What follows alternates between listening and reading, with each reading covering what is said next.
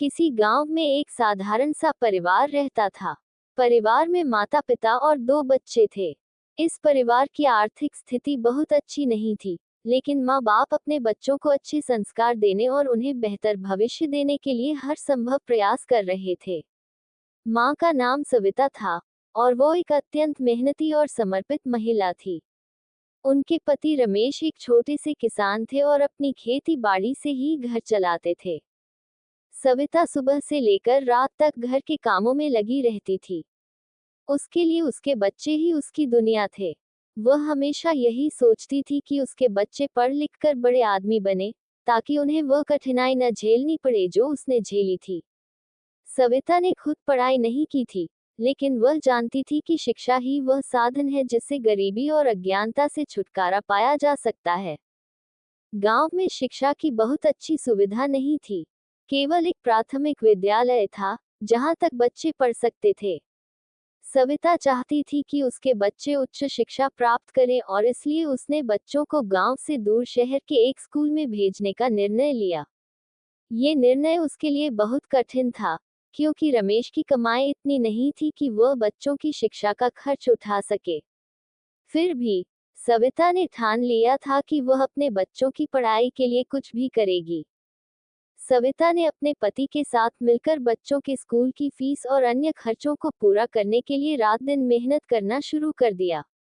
वह सुबह सुबह उठकर खेतों में काम करती, फिर दिन भर घर के कामकाज में जुटी रहती और रात को बच्चों के कपड़े सिलाई कर पैसे कमाने की कोशिश करती। सविता को ये भी चिंता थी कि उसके बच्चों को अच्छे संस्कार और सही मार्गदर्शन मिले। इसलिए वह हमेशा अपने बच्चों को ये सिखाती थी कि मेहनत और ईमानदारी से ही सफलता मिलती है। वह उन्हें भगवान में आस्था रखना और सच्चाई के रास्ते पर चलना सिखाती थी।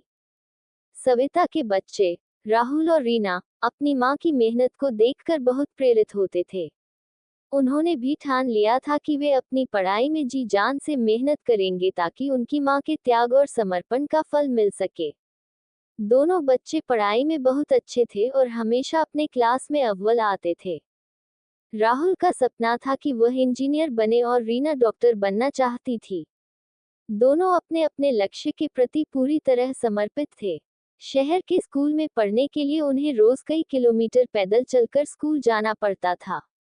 कभी कभी उन्हें भूखे पेट ही स्कूल जाना पड़ता, क्योंकि घर में खाने के लिए कुछ नहीं होता था। लेकिन उन्होंने कभी अपनी माँ से शिकायत नहीं की, क्योंकि वे जानते थे कि उनकी माँ उनके लिए पहले ही बहुत कुछ कर रही है। समय बीतता गया और बच्चों की पढ़ाई का खर्च बढ़ता गया। रमेश की आमदनी से अब वह खर्चा उठाना और भी मुश्किल हो गया था।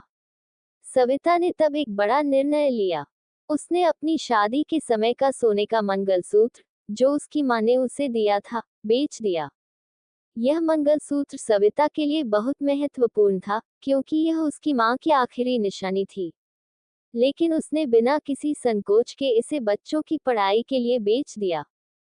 रमेश इस बात से बहुत दुखी हुए, लेकिन उन्होंने सविता का साथ दिया। सविता के इस त्याग ने उनके बच्चों को और भी मेहनत करने की प्रेरणा दी। राहुल और रीना ने ठान लिया कि वे अपनी माँ के सपनों को पूरा करेंगे और उसकी मेहनत और त्याग का फल उसे अवश्य देंगे। सविता के त्याग और समर्पण का फल मिलने का समय आ गया। राहुल ने अपनी इंजीनियरिंग की पढ़ाई पूरी की और एक बड़ी कंपनी में नौकरी मिल गई। रीना भी डॉक्टर बनने के अपने सपने को पूरा करने में सफल रही। दोनों भाई बहन अपने अपने क्षेत्र में बहुत सफल हो गए। उन्होंने अपनी माँ के सारे कर्ज चुका दिए और उसे एक आरामदायक जीवन प्रदान किया। सविता के लिए यह उसके जीवन की सबसे बड़ी खुशी थी कि उसके बच्चे उसके सपनों को पूरा कर पाए। उसने अपने बच्चों को न केवल अच्छे संस्कार दिए बल्कि उनके लिए खुद को पूरी तरह समर्पित कर दिया। सविता की कहानी उस गांव में सभी के लिए प्रेरणा बन गई। लोगों ने सविता के त्याग और समर्पण की प्रशंसा की और उनके बच्चों के प्रति उसके प्रेम और बलिदान की मिसाल दी। सविता ने अपने जीवन में जो कुछ भी किया, वह केवल अपने बच्चों की भलाई के लिए किया। सविता के त्याग की कहानी सुनकर गांव के अन्य लोग भी अपने बच्चों के प्रति और अधिक समर्पित हो गए।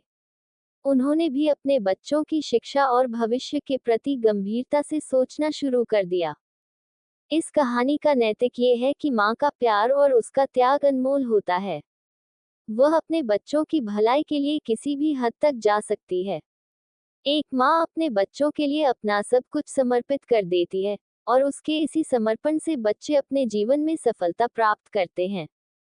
सविता की तरह हर माँ अपने बच्चों के भविष्य के लिए समर्पित होती है, और यही समर्पण बच्चों को अच्छे इंसान और सफल व्यक्ति बनने में मदद करता है। इस कहानी से यह सीख मिलती है कि हमें अपने माता पिता के त्याग और समर्पण की कद्र करनी चाहिए और उनके सपनों को पूरा करने के लिए हर संभव प्रयास करना चाहिए।